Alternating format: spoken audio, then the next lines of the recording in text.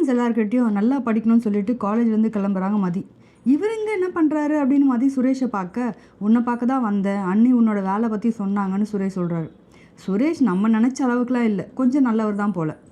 ரேவதி கிட்டே ஏன் ஒரு மாதிரியாக இருக்குன்னு தங்கராஜ் கேட்க, மதிக்கு வேலை போயிடுச்சுன்னு சொல்கிறாங்க. புதுசாக கேட்குற மாதிரியே ஷாக் ஆகுறாரு நம்ம மாப்பிள்ளை தங்கராஜ். மதிக்கு வேலை போக காரணமே இவர் தான்ற உண்மை மட்டும் மதிக்கு தெரிஞ்சுது. அவ்வளோதாண்டி மாப்பிள்ளை, எனக்கு வேலைக்கு போகணுன்னு ரொம்ப ஆசை, ஆனால் என்னால் வேலைக்கு போக முடியல, இனிமேல் என்ன மாதிரியே மதியம் வீட்டில் இருக்க வேண்டியது தான் அப்படின்னு சொல்லி ரேவதி ரொம்ப வருத்தப்பட்டு சொல்கிறாங்க. இனிமேல் எங்கள் அம்மா அப்பா வேறு அவளை டார்ச்சர் பண்ணுவாங்கன்னு சொல்கிறாங்க. உங்கள் அம்மா இதுக்கு தானே வெயிட்டிங்கு. தங்கராஜ் சுரேஷ்க்கு கால் பண்ணி எங்கே இருக்குன்னு கேட்க, நான் மதிய காலேஜ்லேருந்து பிக்கப் பண்ணி வீட்டுக்கு கூட்டிகிட்டு போயிட்டுருக்கேன்னு சொல்கிறாரு.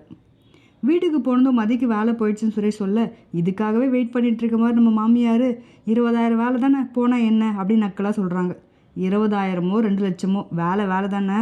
ஆனால் மாமனாரோ நீ கவர்மெண்ட் வேலைக்கு ட்ரை பண்ணுன்னு சொல்கிறாரு. அவர் சொல்கிறதும் ஒரு விதத்தில் கரெக்ட் தானே.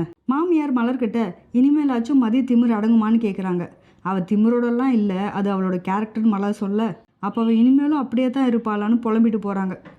மாமியாரை நினச்சாதான் கொஞ்சம் பாவமாக இருக்குது. தங்கராஜ் மாமனார் வீட்டுக்கு வந்து மதிக்கு வேலை போனதை கன்ஃபார்ம் பண்ணிக்கிறாரு. மாப்பிள்ளை உங்களுக்கு ஒரு பாயசம் இருக்குது, வி ஆர் வெயிட்டிங்.